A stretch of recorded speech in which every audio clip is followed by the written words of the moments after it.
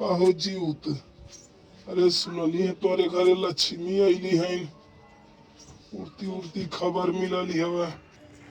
चाचा लक्ष्मी ते अलिन बहुत खुशी खुशी भइल, लेकिन का बताई खुशहाली मनावे के लगे कुछ बटले नाई बा कि जोने खुशहाली मनाई हमरे घरे लक्ष्मी अलिन।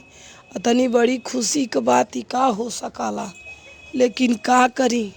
सोचली देशों में मिठाई बंटवाई, केहू जौन बा यह जमाना में लक्ष्मी के अइले खुशी नाई मनावाला, काहे से एकदम गमगीर हो जाला। आ गमगीर होकर ही के पड़ी। बताव ई लक्ष्मी लोग जब आवेलिन, चाहे संस्कार में कमी हो जाला, चाहे अगल बगल का सीख हो जाले, बड़ा होके जेकरे घरे जाला लोग तेकर घरे बर्बाद कर देला लोग। तो दू तरह से दुखी हो जाला, एक तो उनके अइले का दुखी और दूसरे जौन बा ई जन्म के खुश दुखी सुन के। लेकिन का करी, हमरे तो खुशी बा, मनावल चाहतड़ी, लेकिन खुशहाली जाहिर कैसे करी। लगे फूटी कौड़ी नाई बटे, यही नाते कुछ कही नहीं पावताटी। अच्छे तो ई बात बा। अब देखो ऐसे न घबरा। अरे बढ़िया संस्कार देबो, बढ़िया स्कूल में पढ़ाईबो, तब अच्छा जौन बा रिस्पांस मिली। अच्छा जौन बा देखे के मिली तुके। जहाँ जाई तहे तहों से तुके प्रशंसा मिली। ऐसा बात नहीं बा।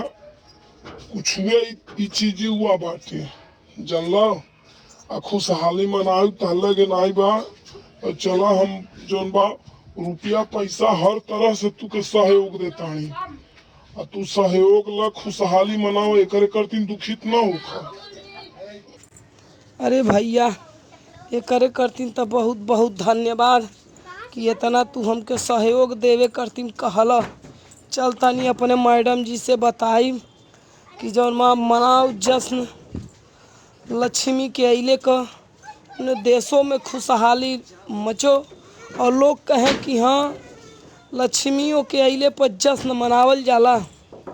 अब मनाओ खूब। अरे का हो श्रीमती, कहाँ बाटू? अरे बोलबू, वैसे ना बोलबू, वैसे तो मरबू कपार एक बार नोच के धई देबू। जब बोले के रही तो तोहरे मुँह से आवाज ही नहीं निकली, कब से चिल्लातानी। अरे कहाँ बाड़ू बोलो, का हो कब से चिल्लाताड़ी सुनात नहीं बा। यहाँ खड़ा खड़ा का करताड़ू, के देखताड़ू? के देखा यार, घर में लक्ष्मी जी आईली, खुशहाली मनावे के बटल ही नहीं बा। ऊपर से किराएदार जौन मकान मालिक आ गइल बा, अब अपन किराया फरमावता नहीं कहता रे घर छोड़ दे। अब बतावा का करी। यहाँ पर बोली बहिराती है हमारे मारे दुखे से जौन भाई आवाज ही नहीं निकलती है हमारा। बोल द सब होई तो आर की वो दिया खुशहालियों मनाई। चला कितना पैसा चाहिए?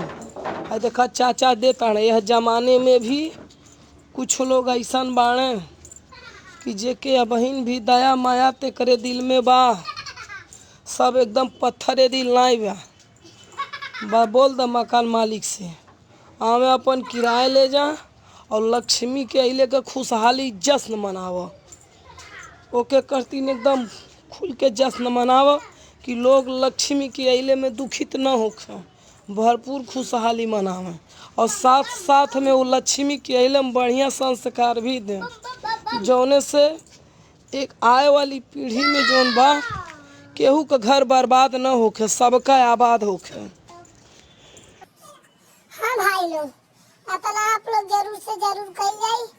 आपके घर में अगर लड़की आती बढ़िया संस्कार देवल जाई, बढ़िया स्कूल में पढ़ाई जाई, आए वाले दिन में जौन बा सबका घर आबाद होखे। नहीं तो ज्यादातर घर बर्बाद होत बा। एक एक करती भाई लोगों, आप लोगों से बारंबार रिक्वेस्ट बा, ये काम जरूर कही जाई। जय हिंद, जय भारत। अच्छा लगी तो वीडियो को लाइक, चैनल को सब्सक्राइब जरूर से जरूर करिए। जय हिंद जय भारत।